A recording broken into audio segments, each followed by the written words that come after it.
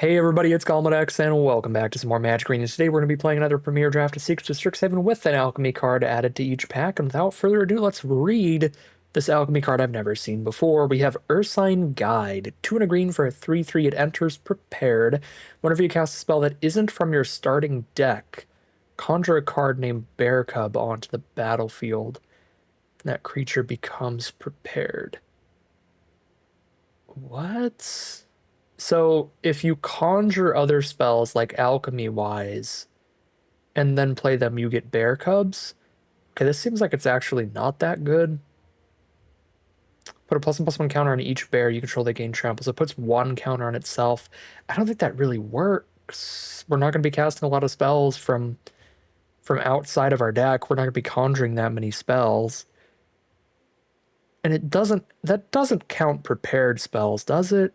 I feel like it doesn't count prepared spells. Maybe it does and I'm wrong, but even if I'm wrong on that front and it does count prepared spells, it's still a bit narrow, and Splatter Technique is just incredible in any Prismari or 5-color deck. So I'm going to go Splatter Technique there. Pick 2 was actually kind of a hard pick because Stress Stream is an exceptional Prismari removal spell. But I feel like the power level of Moment of Reckoning is just so high that we should stay open here and start with one very Prismari card and one very Silver Quill card and just see where things take us. There is also always the chance that we end up in a deck with really good mana fixing and try to play both in a Converge deck, but we'd have to have excellent fixing to be playing a double blue, double red, and a double white, double black. But either way, we have one tremendously powerful card towards Prismari and one tremendously powerful card towards Silver Quill. Well. Pick 3, we could try to glue the two together with Environmental Scientist or Potioner's Trove, both being excellent fixing for a 5-color deck. However, there's also Stirring Honormancer, which is just a generically powerful Silver Quill card that we can take to go with our Silver Quill rare. I think between Scientist and Trove, Scientist is the much better card normally, but since neither of these have a single green pip in the cost, it might be best to be a 4-color deck without any green, because we're trying to hit double blue and double red and double white and double black. So Trove might be better than Scientist here with those two. So I feel like it's Trove or Honormancer. I think I'm going to pass up on going 5-color for the 5,000th time, and I'm going to take the Honormancer here and see if we can get a good dedicated Silver Quill deck and just not worry about having to do two mana of like 4 different colors in the same deck. Let's see if we can get into an open Silver Quill strategy. There's a Last Gasp here. There's also an Abigail. Both are pretty solid. I think Last Gasp is a little bit better, a little bit less replaceable. Abigail's fine, but she's never really worked out as excitingly as she looks. I think she's one of the weaker of the Signpost legends. Just grab a Last Gasp for efficient removal. There's Elite Interceptor. That's a really easy pick here. Maybe not that easy. It is competing with a Last Gasp, but Elite Interceptor is one of the best commons in the whole set. Not to mention like the best Silver Quill common, because not only do you get your card draw off of your 1-drop, but you get to trigger all of your cards with Repartee that care about targeting your creature. Pick 6, we get a second Honormancer. That's a very easy pick. Pick 7, Conciliator's Duelist. Could there be much of a bigger sign that I made the right decision just sticking to Silver Quill? And again, maybe not the right decision with the information we had at the time, but with what's just got passed to us, a pick 7 Conciliator's Duelist, I'm very, very happy with how that decision panned out for us. And at this point, getting a pick 7 Conciliator's Duelist, we have the easiest just stay glued to Silver Quill draft from this point on. But I don't know, some of these Alchemy drafts, the packs are so powerful between having a Mystical Archives card, having up to 2 rares from the main set, potentially having an Alchemy rare as well. Sometimes you just get past such gas so late. Like, even the Stress Stream wield pick 10. So maybe if we did the opposite and stuck to Prismari the whole time, we'd also have a really strong deck. Maybe this draft spot is just incredibly powerful.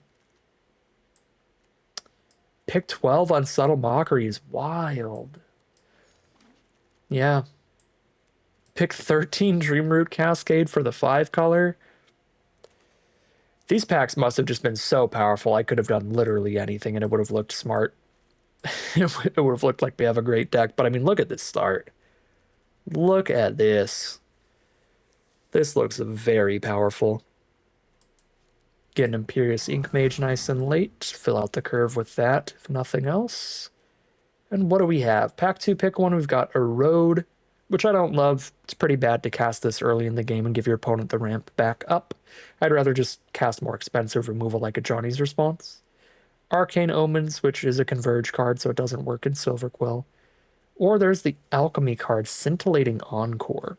I have been impressed by this when our opponents have cast it against us. One of your creatures gets +2/+0, and then when it dies, return it to the battlefield tapped. Normally, that's all the card would do. You give your creature +2/+0, it dies and comes back. But this gives it perpetual +2/+0, which means it dies and it comes back and it permanently has that +2/+0. So trade an Inkling Mascot up, and all of a sudden we've got a 4/2 that's going to get flying now and then instead. So I think Scintillating Encore is pretty cool. That said, I'm still going to take a Johnny's Response. I did just want to mention that card is actually kind of sweet. Inkling Mascot, Last Gasp, but Johnny's Response are the options here. The Nita is not very good. Phoenix of Iteration is devastating. This card like single-handedly won so many games in our Prismari Alchemy draft. I think I want Inkling Mascot. We really need a critical mass of 2-mana creatures. We need at least like 5 of them to be a good aggro deck. God, this pack is loaded. I didn't even realize there's 4 rares in here. The Shattered Sanctum too. Yeah, we have a Last Gasp and a Johnny's Response. We've got 2 removal spells, 2 picks into the second pack. I feel like I only need like 4. I really do want the good 2-mana creatures. So I'm going to take this opportunity to do that. And we'll probably wheel either the Dual Land or the Last Gasp. I can't imagine both of those will get taken. Pick 3, Quillblade Laureate is fine in Silver Quill. Triggering your repartee stuff, getting some double strike swings in. Render Speechless, also fine in the archetype. Buff up one of your creatures and disrupt your opponent's hand, so being hand disruption and impacting your board in the same turn is good for aggro decks. Try to get rid of your opponent's bomb or their board wipe or something. Do like the render, but I think Laureate is a slightly higher pick because more players will draft it away from us. Here's another Render Speechless. We could also try to splash in an Arc of Hunger, which is a very powerful card. These Alchemy draft pods are so absurd, it's not even funny. There's an Ambitious Augmenter and an Arc of Hunger still in here, pick 4, which is just crazy. But I'm going to take Render Speechless. We only have a single Terramorphic for fixing. I'd like to just be a streamlined 2-color deck, and based on how the first pack went, that is going to be more than possible here. Tragedy Feaster is a good card in Witherbloom with a bunch of dedicated life gain. Sometimes you have enough life gain in Silver Quill to pull it off as well, but you really need to gain life every single turn. If you ever sacrifice a permanent for this, that's a really hefty cost, and this deck is not gaining life consistently at all.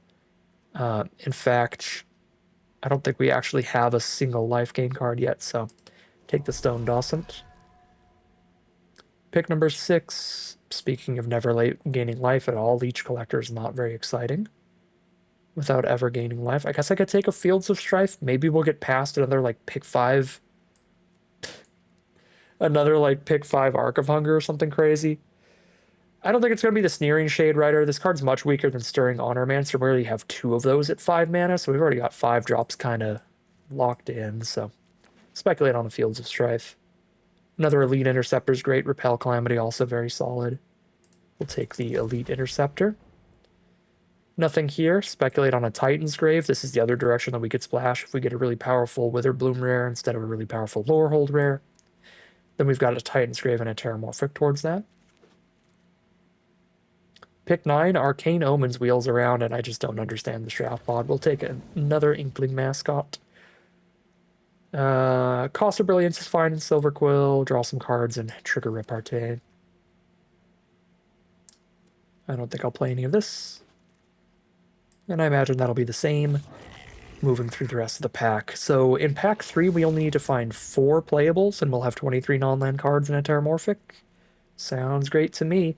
Preferably we get a little bit more than 4 playables so that we can up our card quality a bit here. Stop playing cards like Rapier, Wit, and Interjection.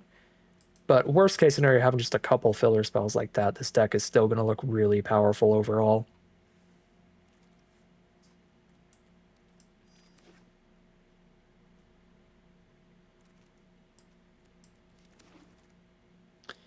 The Mystical Archive. As this land enters, draft a card from the Mystical Archive spellbook and exile it face down.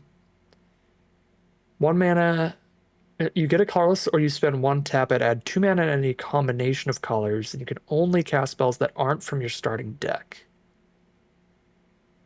So it's a land that draws us something from the Mystical Archive later by spending extra mana, and it gives us the mana to be able to cast anything off the archive, even if we're dedicated Silverquill.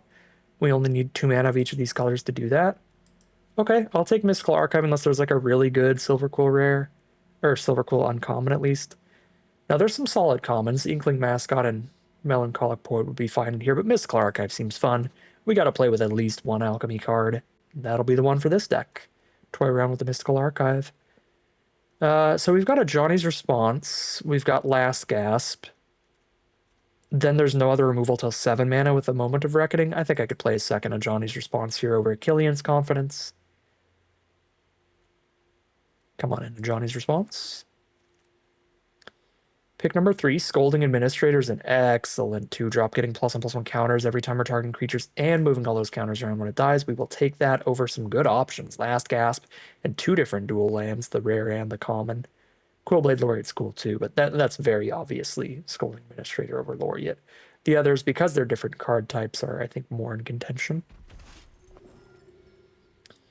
Pick 4, Postmortem Professor. Love getting past that card. That is great for an aggressive strategy. It's just going to keep draining your opponent for life and coming back from the grave later.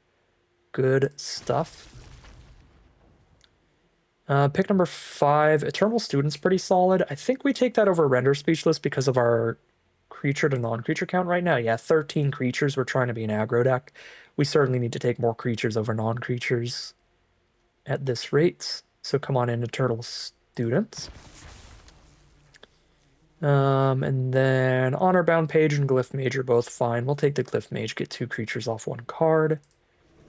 And this will be now 23 non-land cards and 2 lands, so we can cut something every time we draft a card. We'll take a Joined Researcher for a cheap first striker and go ahead and cut our interjection here. Now we can take a Stand Up for Yourself for more removal and cut the Rapier Wit.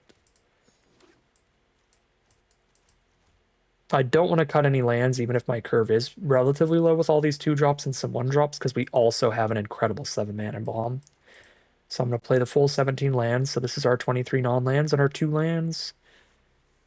Yeah, should be a simple end to this draft. Every time we take something good, cut something filler. We're kind of running out of filler to cut, though. Pretty much everything left is at least decent. Do I need another 2-drop? 1, 2, 3, 4, 5, 6, 7 2-drops? I don't think so. Don't need another 4-drop either. We've got Duelist, Glyph Mage, and Student. I'm going to grab another Terramorphic. We are an aggressive deck, which means running multiple tap lands is going to be like a bit of a detriment to us, but we also have some really restrictive mana cost. We have tons of gold cards where we need both colors in every hand every time. And we have double white, double black cards like Conciliators, Duelist, and Moment of Reckoning. So I think this is an okay deck to run a couple Terramorphics in. Don't really have room for another Glyph Mage or a Shade Rider unless we cut a different creature. I guess we could cut a non-creature. We're at 16 creatures without the second Glyph Mage. I'll run the Forum of Amity over the second Terramorphic. Take it over Laureate, because again, have to cut something for Laureate, but we can just cut a Terramorphic for Forum and be really happy there. Last Gasp over Killian's Confidence. That's kind of close. It's actually both pretty solid. I don't even know if either makes the cut, though. There's a second Stand Up for Yourself as well, which is, again, like, I just have so many good non-creatures right now. I don't know if I have room for that. I guess I could play a second Stand Up for Yourself over the second Johnny's Response. That's fine. The Last Gasp for the small stuff, the Stand-Ups for the big stuff. Makes sense to me.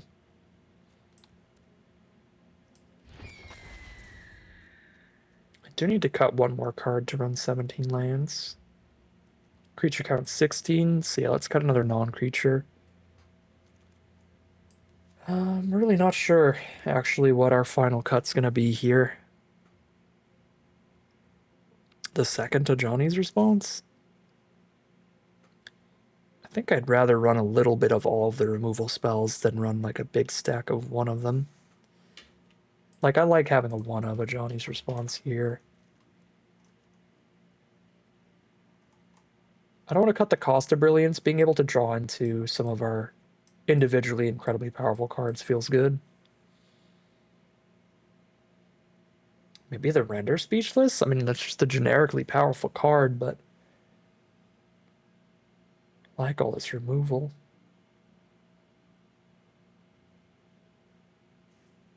I guess I will actually drop the Johnny's response and rely on the big 7-mana removal for the really big stuff. Well, stand up for yourself and kill all the big stuff too. Yeah, no, we kind of have both our bases covered between these two different spells. I guess these 4, because I've got 2 copies of each. Alright, this looks like an exceptional Silver Quill deck to me. Very excited about this one. Double check that mana base. 18 white cards, 15 black. We could cut a swamp for plains and still be on 8 black sources, and then we're on 10 white. I think that's worth it. Alright, call it a deck here, hop into the gameplay, see how far this one can take us. Alright, here we are on the play for game 1 with the curve out. Let's go. Elite Interceptor to Postmortem Professor into Snooping Page. It's going to be a lot of damage really quick and potentially some card draw too. Playing against a fellow black deck.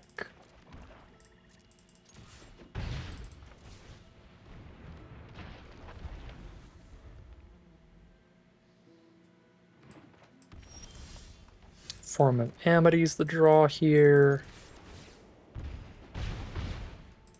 They're on green-black, so Witherbloom for now, unless they start playing more colors, then there's some kind of converge pile.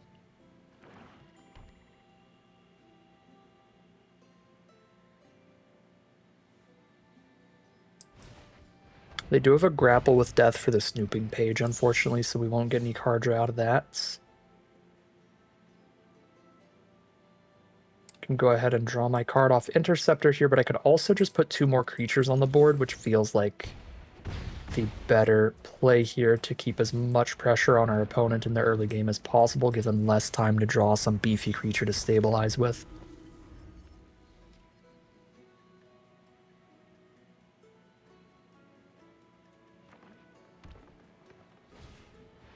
Adventurous Eater for a 3-2. They can make it a 4-3 and gain a couple life. They're going to hold a black man up for something. Well, we'll obviously go ahead and tap that. They're just going to concede. Tap that, draw a card, get a double strike swing, and that's going to be lethal if they don't have anything, which looks like the case. That is 1-0 heading into game 2. Here we are for game 2 with another excellent hand. We've got a curve out again. This one isn't like the perfect curve outs, because technically we're playing another 2-drop on turn 3. But we're still going creature, creature, creature 3 turns in a row, which is huge.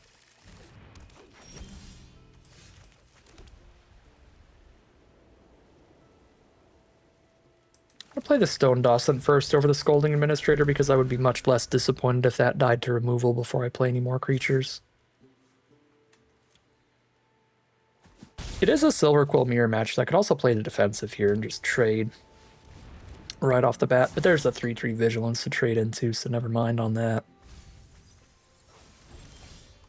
Trade with that instead.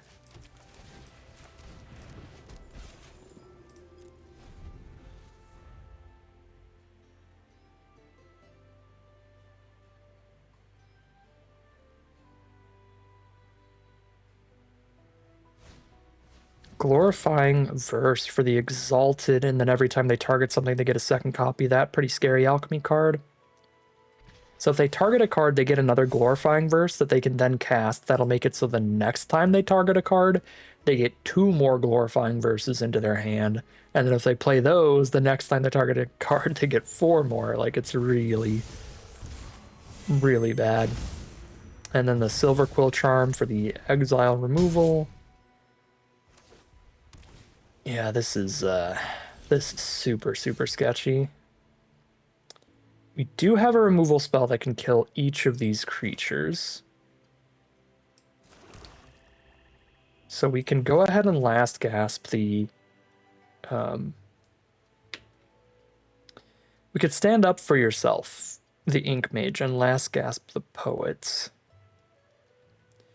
They deal 5 to me whether they attack me with Exalted or they attack me with both. So I think I attack with Dawson here because we're just not gonna stop any damage by holding it up anyway. And I do think I have to preserve my life total here and just blow up a creature. And they will... I don't know, against open mana maybe they'll attack with both, but there's a chance that they only attack with the Vigilant creature because the Exalted is going to be the same damage either way. Okay, they are going to go ahead and send both. Get a couple more Glorifying Verses. Yeah, this is going to be really deadly because now they have more creatures than we have removal spells, and all they need is like a 1/1 at this point to kill me with this much Exalted. Okay. Let's get the more expensive removal out of the way.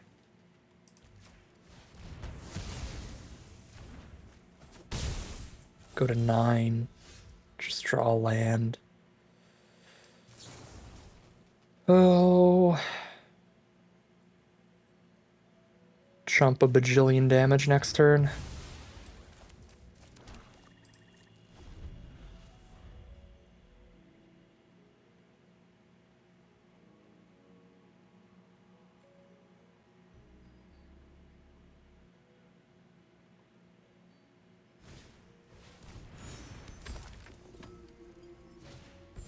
Chump a million bajillion damage.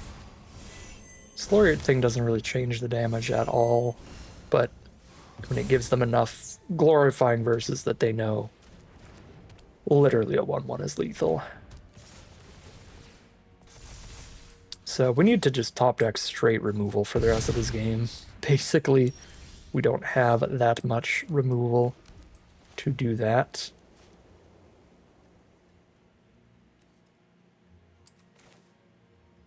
Conciliator's Duelist without using Stone Dawson, so if I hit a 2-mana spell like a Last Gasp, I can still cast it because I only have 2 1-mana cards in the whole deck, but I've got 1, 2, 3, 4, 5 2-mana draws.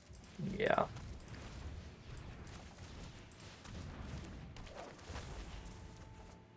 That is a 3-mana draw. Okay. Well, we know what their hand is, which is just Glorifying Verses, so Chump with Duelist... Chump with Duelist pass if they don't top deck removal. Or Chump with Duelist and then we get another turn. Like, Chump with Duelist and then they pass. Jesus. Glorifying Verse. What a nightmare here. Whoo, baby. I knew we had outs somewhere. Let me go ahead and destroy 2 non-land permanents and reanimate a couple. Let's blow that up. Let's blow that up. Let's bring this back. Let's bring that back. And Professor's going to gain us life and stabilize us throughout this game. They're not going to have any haste here. We get to blow up the first creature they draw. Wow. Thank you, Moment of Reckoning. That was probably our only chance at winning this game at this point. Cost of Brilliance, that's a good one. More chance to hit creatures. Looks like they have not. Might as well render speechless. 4, 5, 6, 7, 8, 9, 10, 11. It's not quite lethal. It's not quite lethal, so I'm going to do it post-combat so that I can flicker the Conciliator's Duelist.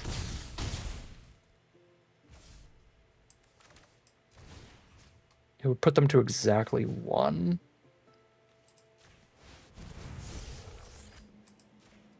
if I don't flicker anybody. Obviously, because I'm flickering the duelist, they're going to take 1 extra damage here. But again, if I had flickered the duelist, it wouldn't have also hit them and gotten that +2, so we couldn't have lethal there. We can't get the +2/+2 and hit them with duelist at the same time and get the ping from duelist. Alright. Well, that was super lucky. Exceptional draw there. Hitting our 7-mana Moment of Reckoning. Showing how ridiculously powerful that card is. I love how our deck artwork is splatter technique too. You gotta surprise them. They're expecting the Prismari double blue, double red bomb, but it's the Silver Quill double black, double white. That is 2-0 heading to game 3. All right, here we are on the draw for game number 3. Another excellent opener. We've just got so many cheap creatures. We're going to pretty consistently have these nice aggressive hands. Which is why you run so many of them. Playing against a green-blue deck with a Studious First Year. At least they didn't have that on turn 1, so they'll have to wait till turn 3 to actually get the ramp. I'm definitely not playing Dawson. Let's go ahead and get the first striker down. We don't have anything that's going to target our creatures yet, so we don't know that the flying, the evasion is going to help. So we'll go for getting the first strike. So even if they make a pest token or something here, they can't block the researchers well. Okay. Render Speechless is interesting. Whether I play an Inkling Mascot or a Stone Dawson, that's going to be able to get around their blockers, because the Dawson having 3 toughness is probably going to get through the first year at the very least. Ooh, Applied Geometry. Make a 6/6 Studious First Year. Well, so much for that. I actually lied. Let's go ahead and go play a Conciliator's Duelist here, since I'm not going to hit them too hard. Attacking right now immediately, and if the Duelist does not die, the Duelist will be able to flicker that token and permanently kill it. If it does die, it's likely because they spent their entire turn's worth of mana killing it, which is still profitable. We're up a card in that exchange. Unfortunately, they do have the Barrage Barrage. Send in the 6/6. Means no blockers up. I actually don't hate that. If I want to be as mana efficient as possible, it's spending 4 mana this turn and 6 next turn, which I can do either by playing 2 2-drops this turn and then render in a 2-drop next turn, or the other way around, render now and then a couple 2-drops next turn. I think I should play to the board, put the maximum damage I can to try to outrace this, and then next turn play the things that impact our opponent's side instead of ours. Like, once we've gotten Summoning Sickness off these creatures.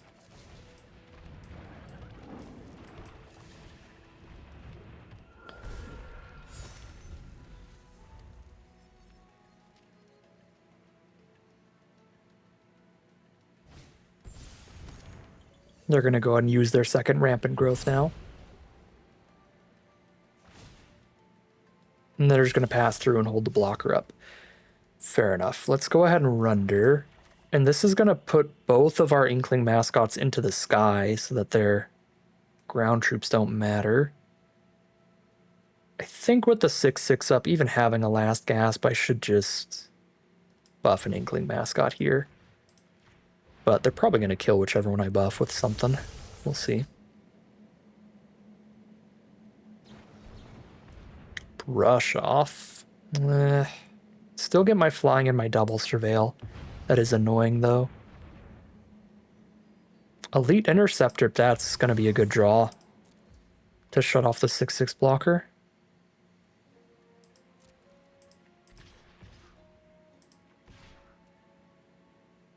Honestly, Dawson plus Last Gasp for the 6/6 is good too. Okay, so they're not going to block it. Fair enough. I will get my gain.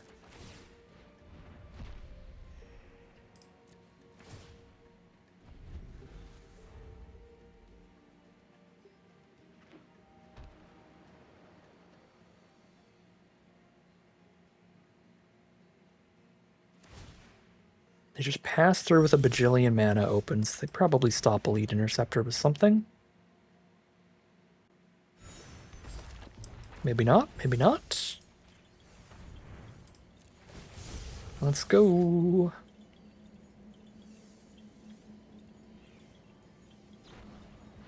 Homesickness. Tap 2 creatures, stun them, and draw 2. That is really gnarly. Mill a land. Yeah, I'll take the Mystical Archive. Did I play my land already? Thank God I did not. Disdainful Stroke. Berserk or Stargaze. They're at 9. Berserk seems like just an insane decision to make. It was fun. That can't be right. Stroke and Stargaze both look really good here. We've got Secret Rendezvous already, and they have a bunch of cards in hand, though. I think I'm going to take Disdainful Stroke.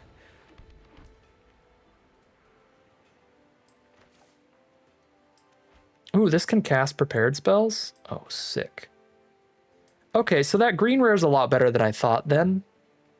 Prepared spells count as spells that aren't from your starting deck. So that green rare that we had in our pack 1 pick 1 would have been making bears off of every prepared spell.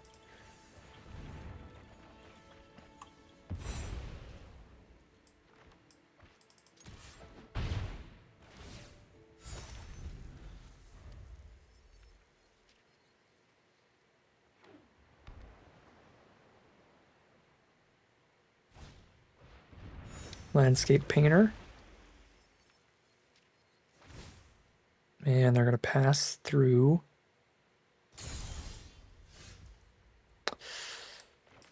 Okay. If I Moment of Reckoning into that 5 mana, they can easily just have another Brush Off or a Disdainful Stroke of their own. What if I run out of Stirring Honormancer? If they have a counter, they have got a counter, but then I can still do Secret Rendezvous or Last Gasp this turn. I can still do something else instead of just one moment that gets blanked. Oh my god, they're both wizards. Oh my god.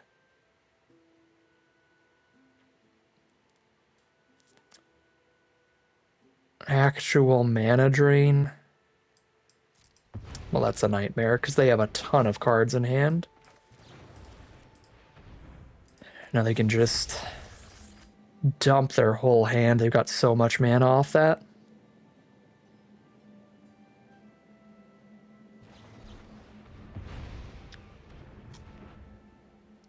Just 50 counterspells. Good grief.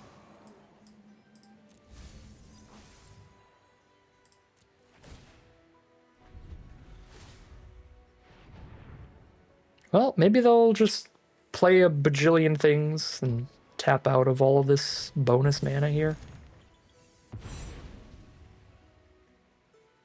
Maybe they will run out of counterspells eventually.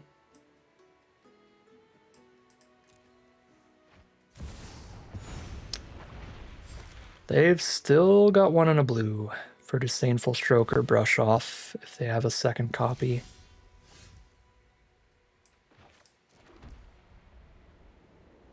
They don't have any flying blockers, so I think I can afford to Last Gasp to send in 4 damage in the sky and hold off on Moment of Reckoning until I put a Disdainful Stroke in my hand, which wouldn't be able to counter their Disdainful Stroke, but it would be able to counter a Brush Off.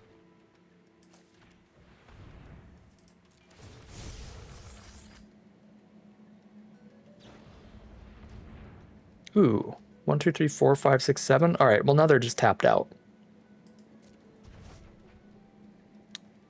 So we can put them to 2.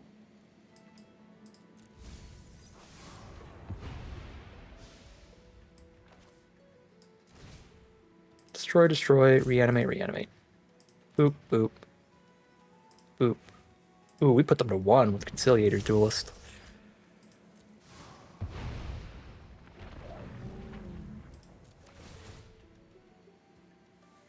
Oh, wow. Oh, the rest into your graveyard. Am I about to mill out? Sort of, but not really. Okay, they're conceding.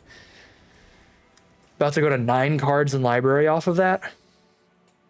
Since the rest go into the graveyard, though, because we saw the postmortem professor, we could bring that back from grave, and the eternal student to get flyers. What an insane hit on Honormancer. 5 spells to choose from. Okay, things were looking really, really sketchy there for a moment with all those counters and the mana sculpts. But Moment of Reckoning just flips games, and it did the same there. We are 3-0 heading to game 4. All right, here we are for game number 4. The tap land makes the curve a little awkward. We don't actually just get to roll out from turn 1, but the hand is still really good. Okay, let's lead with Dawsant with a couple removal spells to get it through and get that 3 damage in. Blue-black. Postmortem Professor is the first play. Well, that can't block, and I've got my own Postmortem Professor. Decent draw. Not perfect, because we definitely want mana too, but scarier creature than the ones we had the option of playing. Secret Demir College. Pure blue-black still from our opponent. There's the Banishing Betrayal with the Surveil 1. They're even using Demir's mechanic, Surveil. If you never played in Guilds of Ravnica, that was Surveil was used to be a mechanic specific to Dimir. It wasn't something they put in every color like they do now.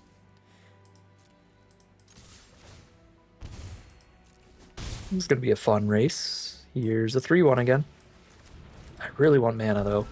Second Inkling Mascot was a very bad draw actually.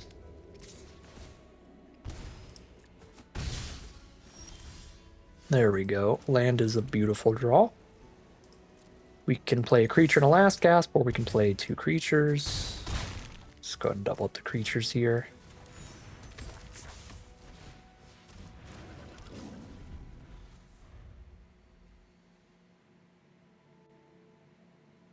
Our opponent is Sultai. They are pairing Witherbloom and Quandrix together, is what's going on with their blue-black deck. They do have a removal spell for the Inkling Mascot. Poke us with the Professor, but again, that thing cannot block. So we are still jamming pretty hard here. We can Rejoinder and Inkling Mascot. We can't Last Gasp an Inkling Mascot, so I think it'll be Rejoinder here. Play the Mascot first so I get to Surveil 1 before I draw the card.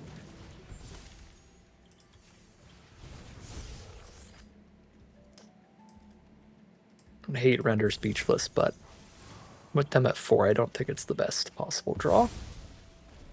Just more ways to immediately kill a creature like Last Gasp and stand up for yourself. There's the concession from our opponent. They just didn't draw a single creature that could block all game, and that's obviously not going to be good against aggro, so we are 4-0 heading into game 5.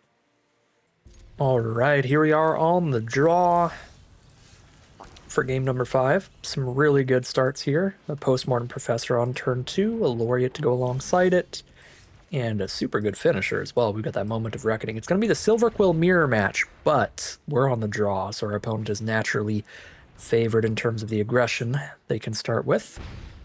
But I think our hand is powerful enough. I don't mind at all. I think this hand is favored against the average Silver Quill opener. So unless they also have a very good opening hand, should be in a pretty good position here. We'll see what they play this turn. If there's any scary creature, we kill it. If there isn't, we render them. Render putting counters onto a double striker is also sick. Okay. I don't have the double black for Duelist, so I don't think I care about that. If I put the counters onto the Laureate, it still just trades into the page. If I put them on Professor, it does get to swing here again. Alright. Land. Okay, well, they need to top deck really well, I think, to win this game. So I'm still pretty happy here. It is obviously awkward that our Render Speechless hits nothing. But technically that's for the best. Imagine the alternative. They had 3 spells in hand and we got to render one of them. This is better than that scenario.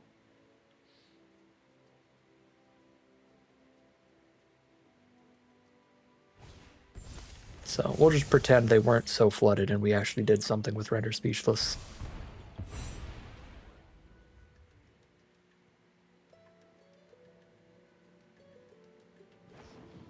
Top deck was a great spell, Bitter Triumph.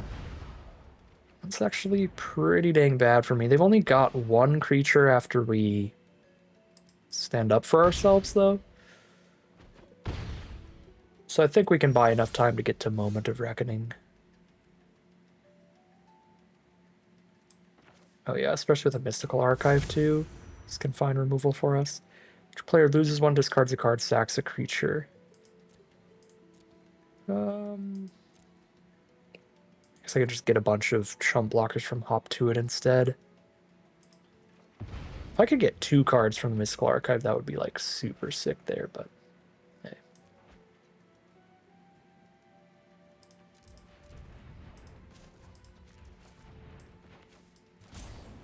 Kill the bigger creature. Get the Postmortem Professor. Start gaining back some life.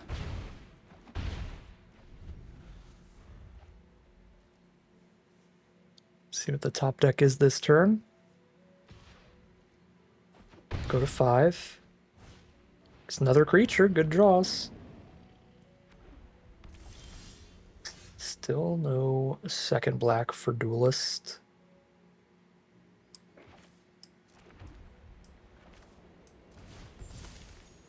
Twofold Intent the Professor and put a Hop to it in hand.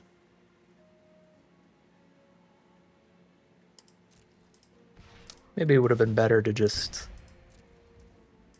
cast the Hop to it.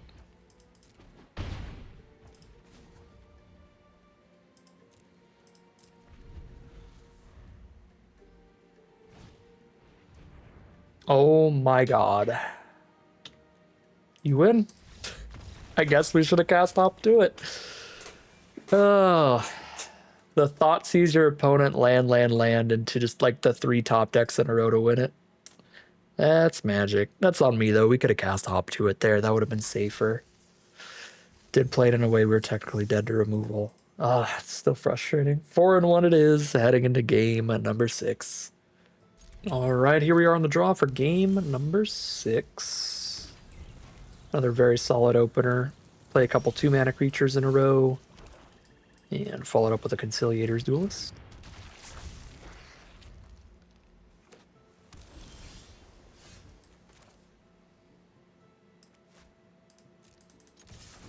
Playing against a green-blue deck. A slower hand here. They might have a cheap counterspell or something for this mascot. Essence Scatter. Nope. Pest Brood Sloths. That's their plan here. Get that sloth in the way of everything. Duelist it up. Draw a card. And pass.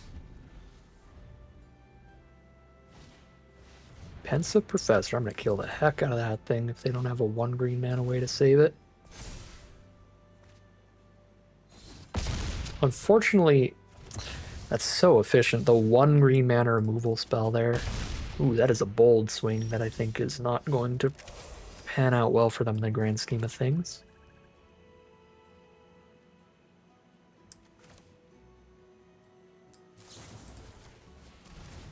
Get my Surveil, Cost of Brilliance. I'll have 6 mana next turn. You know what? Sure, I could do double 3-drop.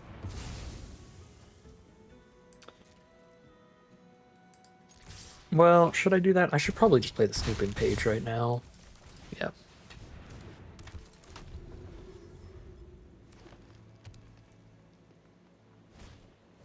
There's the knockout maneuver on the Snooping Page. Wow. They must have some buffs in hand. They are still racing.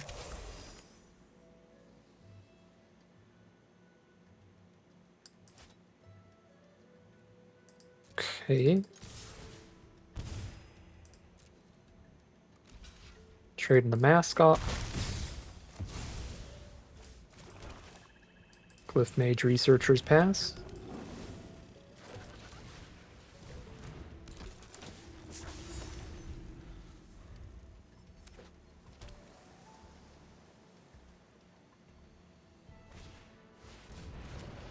Big ol' 6/6 Slumbering Trudge, yep. Last Gasp. Just not enough to kill the Sloth.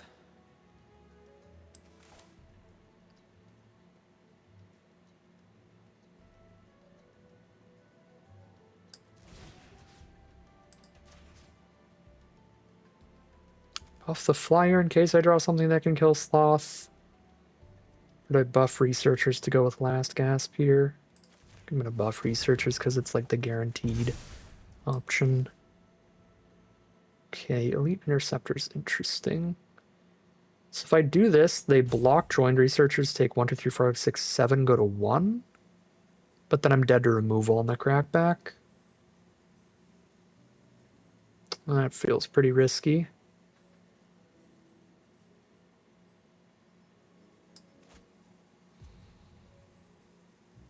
So let's just go for the last gasp here then, for now.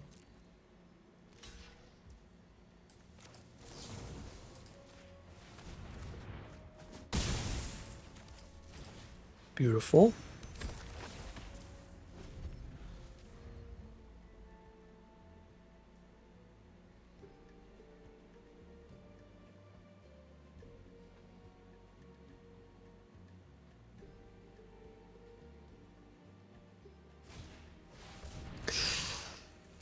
It's a Snarl Song for only 2, so it's not like the complete end of the world, but it's not good.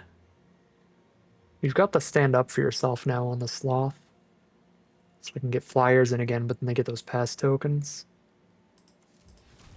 Let's just tap Sloth for now.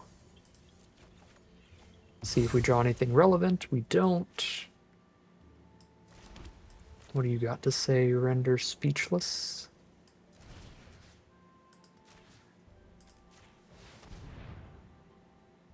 A Delian and a Quandrix Charm. So they can make something a 5/5.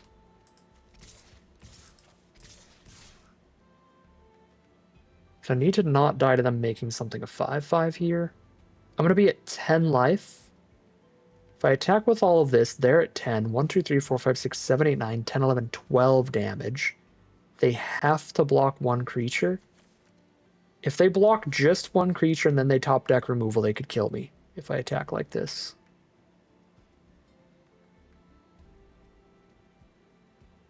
Like if they double block a 3/3 and then top deck removal. So I think we gotta attack like this then. Because I feel like if they don't just like surprise, oops, you're dead. It's pretty hard for us to lose from here. And that was the punt I made earlier, was I played in a way where if they did draw runner, they could kill us, and they did. There was no reason to do that because we had Moment of Reckoning there, so we could have just played it really slow with the hop to it. So let's play it slower here and keep those blockers up. They just top decked a Terramorphic anyways, so it wouldn't have mattered here, but just in case. We are now 5-1, heading into round number 7. All right, here we are on the draw for game number 7. We got a 1, 2, 3 curve, but there's a tap line I gotta put somewhere into that curve. Let's get the tap line out of the way right now, so I know I can do the 2 into the 3. Turn 4, I could then just like play and activate an Elite Interceptor in the same turn, or I could draw a 4-drop to play. So we just go 2, 3, 4 curve here. Potioner's Trove, blue-red Spellslinger over here. Gonna get a bunch of life gain and slow us down. Don't love just trading Mascot into Glass, right? I don't think we're in the market for that in this matchup.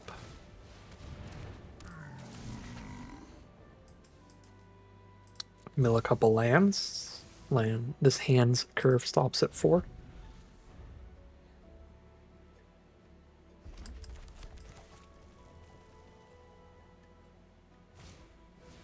Inspiring Easel. This is a nightmare of a card for this matchup because they can just use that to turn all their removal spells into 2-for-1 removal and just clear us out. Okay. This is very bad.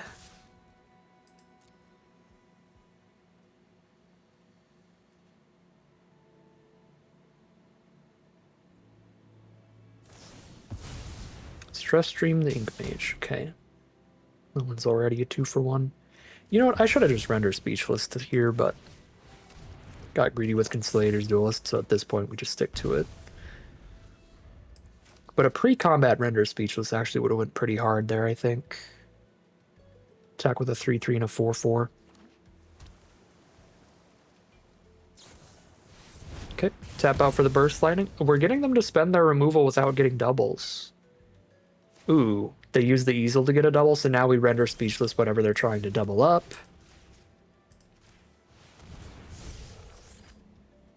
Keep a last gasp for the glass rights. It's a land and a Muse's Encouragement that we get rid of. They're now completely playing off the top, but any instant or source they draw can be nasty with Inspiring Easel.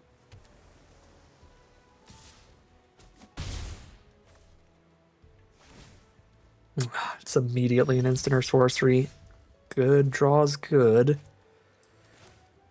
Let's go Scolding Administrator with the last gasp to buff.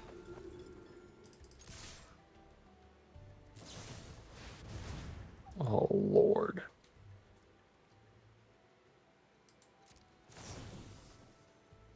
Are you top deck the Stress Stream? They draw 2 cards out of their top 4 now to get something to work with Easel. This card is so dumb.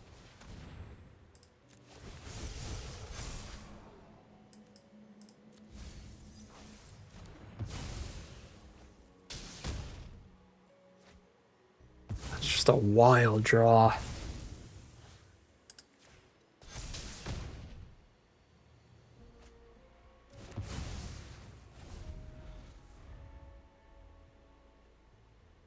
Oh, we just can't beat the Easel now. 3 cards in hand here, 2 of which they hand chose.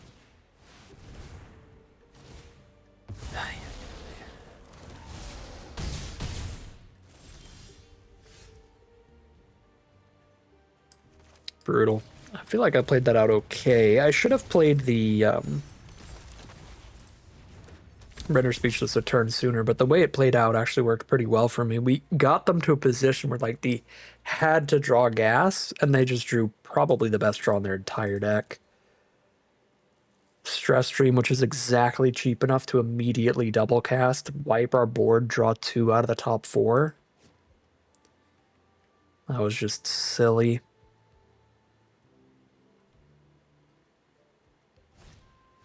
We are not having good luck today when we get our opponents into top decking positions. Like, today is the day of Thoughtseize your opponents, see that they have absolutely nothing, and then watch them top deck straight gas. That is the theme of the day.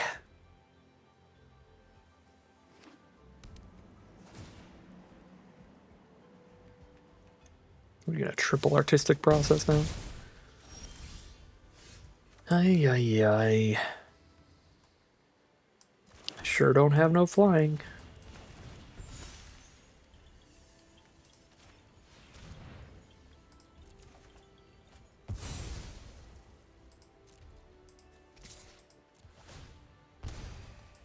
I should have just attacked with the Elite Interceptor as well, because there's no way to play to where I'm not dead to removal. Also, they could just play this and get more flyers with haste. There's just no way to win it. Rough, man. Inspiring Easel's a crazy card, but I think we still had a good chance on average. Just immediately hitting Stress Stream just locked us out of that one, and we are 5-2, heading into game 8. All right, here we are now on the play for game number 8.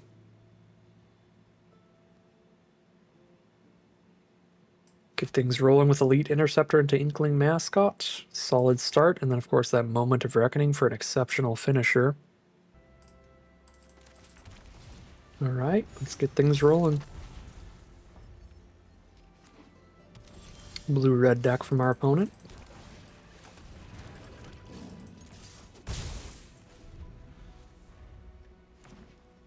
Blue-red-green. Some multicolored stuff. Surveil 1, draw 1. Mill a land. Untap, draw. My 3-drop. You are 1 card out of sequence. Imperious Ink Mage. Nope, time to kill a Color Storm Stallion before that gets any bigger. Sorry, Ink Mage. Got more important things to do here.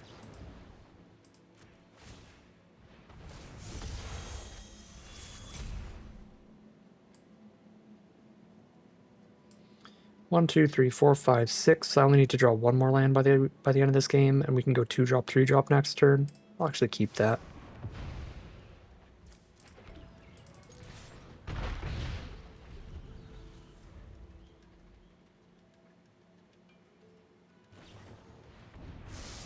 Uh-oh, did they get one of the mythic lessons to go with their interdisciplinary studies?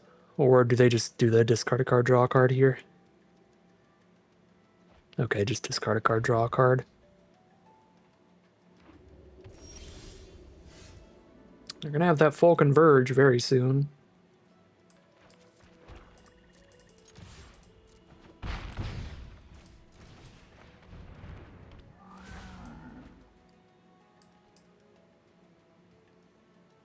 I'm gonna go for the Cost of Brilliance here, because that could hit like a land and a 3-drop or a 2-drops like a double spell next turn. And make sure I keep getting mana towards Moment of Reckoning.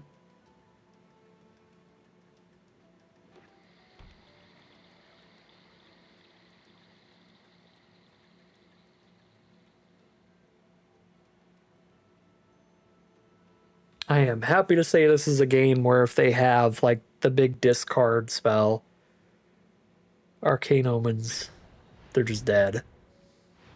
Oh, 6 mana plus draw a card, okay. We got for 6. Sunring Archaic, 2 colors, so exile the 3/1. Okay. It's pretty good.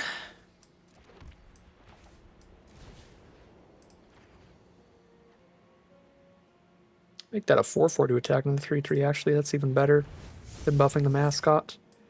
Mill a Postmortem Professor, because I can just reanimate it.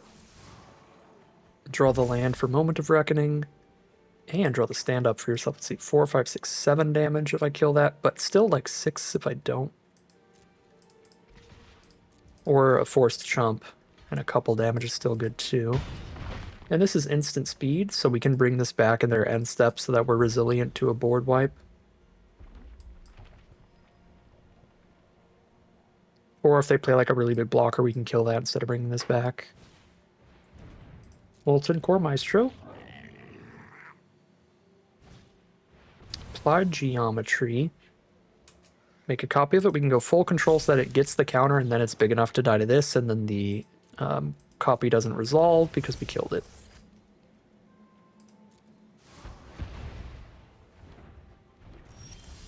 Alright, 4, 5, 6, 7. Don't have a way to buff and get lethal there, but they're over it anyway. Close enough. Put them to 1. That went really, really well for us that we still had that removal spell up, so I'm very glad I checked that Postmortem Professor was an instance, that we had that option open. All right, here we are. We made it. Honestly, I don't think it's a huge surprise. This draft pod was insane. There were tons of different incredibly powerful decks that we could have drafted. I think our second loss, there's nothing we could really do about that, but our first loss was self-imposed. Could be 7-1 right now, but instead, got to keep it interesting. Be 6-2 heading to the final battle. Win or lose, the last game of Magic for today. Mono white opening hand here is pretty risky. We have a Stone Docent no matter what. Glyph Mage at 4 mana. I think I still got to take the mulligan here because this hand also needs to draw a lot of lands. Oh my god, what? We're a 2-color deck with duels, with a Terramorphic and a duel, and we just drew 2 mono-colored hands in a row. This one doesn't even have a castable spell initially. I have to try to win on a 5-card hand, or just scoop if I don't draw planes. Those are my 2 options. Guess we'll try to win with a 5-card hand. Okay.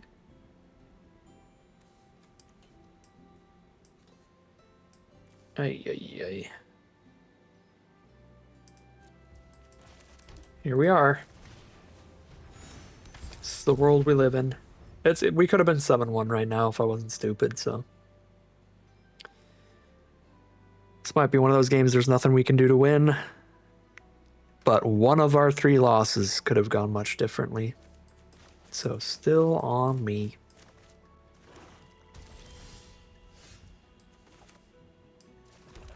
I think on a mulligan to 5, it is very, like, debatable that it might be worth just rejoindering there instead of playing joined researchers to know you're drawing at least 1 extra card. But my argument here is I feel like they're just going to kill the researchers anyway here.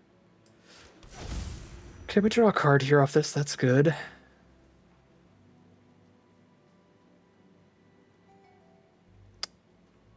Big score? Big score doesn't even put us up a card.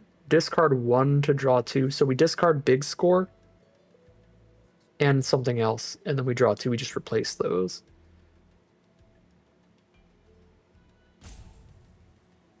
I think I'd grab like Sheoldred's Edict in this matchup for later. And I think I rejoined her right now.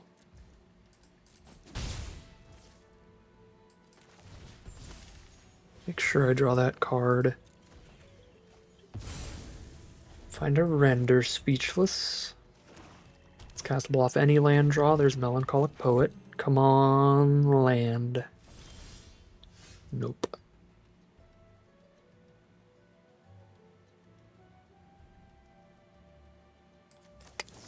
Last Gasp Poke. They've got the Indestructible trick that doesn't work against Last Gasp. I will write it down though. Secrets of Strixhaven. Indestructible trick. That was a really bold cast from our opponent. But unfortunately I don't have the mana to do my Mystical Archive thing. Okay, I don't remember. It's like 1 mana. I mean, we're cooked. I can't cast anything.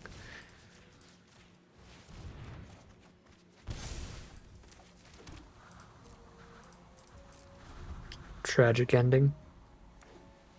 So Duelist gets to pop off and draw them a bajillion cards. We do get to render Speechless them the next turn, but then they respond by just casting that trick to draw the extra card, the Indestructible trick here.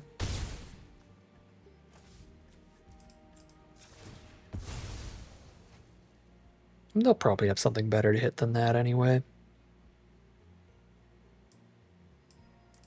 I have more plains in the deck than swamps, so I'm going to hit the second black here.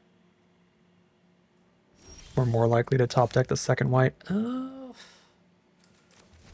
Okay, tiniest chance in the universe drawing Moment of Reckoning. If I just go runner, land.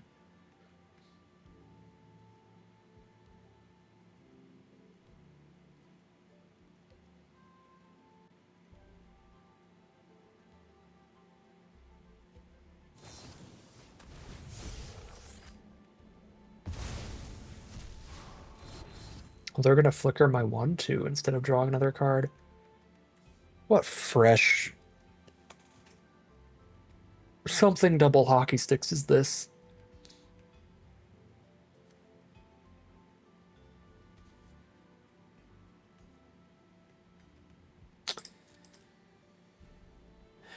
Okay. Feed the Bog is already worst case scenario, a 3/3 Melancholic Poet. Fix What's Broken is just going to be 1 Melancholic Poet. Archaic is a massive threat that's going to be cheaper if I discard the feed. It'll be 7 mana, but they still only have 5. So if I make them discard feed, this now costs 7 mana, which means they'll just play Fix What's Broken, get back their Melancholic Poet. Now they have a 6 mana Dong Archaic, so as soon as they draw 1 more land, they get that. There's just the kind of nothing I can hit here that's going to work out for me at all.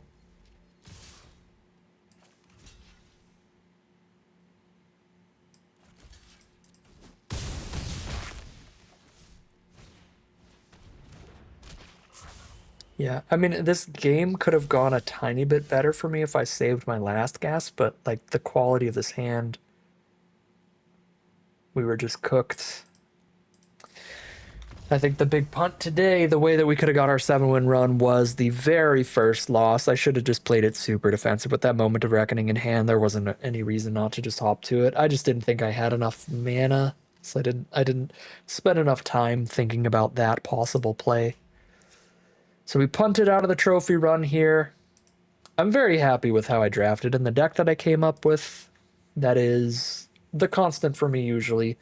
I think the drafting process, the deck building process, I enjoy and think that I excel at that. But when things get into the gameplay, I can do things a little sloppy, do things a little too quick, kind of going through the motions. Um, and I was just kind of like playing on default in that first loss where I was like, well, I am the aggro deck, right? So we just keep playing to the board, playing quickly, this kind of stuff. But it's like, no, play defensively here when you have the Moment of Reckoning in hand and you're really close to it. Just set up the bunnies. Yeah, they're really low on life, but you'll definitely win if this game goes any longer. And if they top deck spells every single turn, then the only way the game's going to go longer is if you turtle up with the bunny tokens. So, shame. What should have been a 7-2 is instead a 6-3. Still a great run overall, and what an absurd deck we had today. But that is going to end today's video. As always, I'd like to thank my patrons and YouTube members for their support, as well as you for watching the video. If you enjoyed it and you're interested in seeing some more, you can always like, comment, and subscribe to tell the YouTube algorithm to send you some more in your recommended feed. If you'd like to support the channel directly, you can check out the Patreon link in the description below. And other than that, as always, thank you very much for watching, and I'll see you again soon for some more Magic Arena.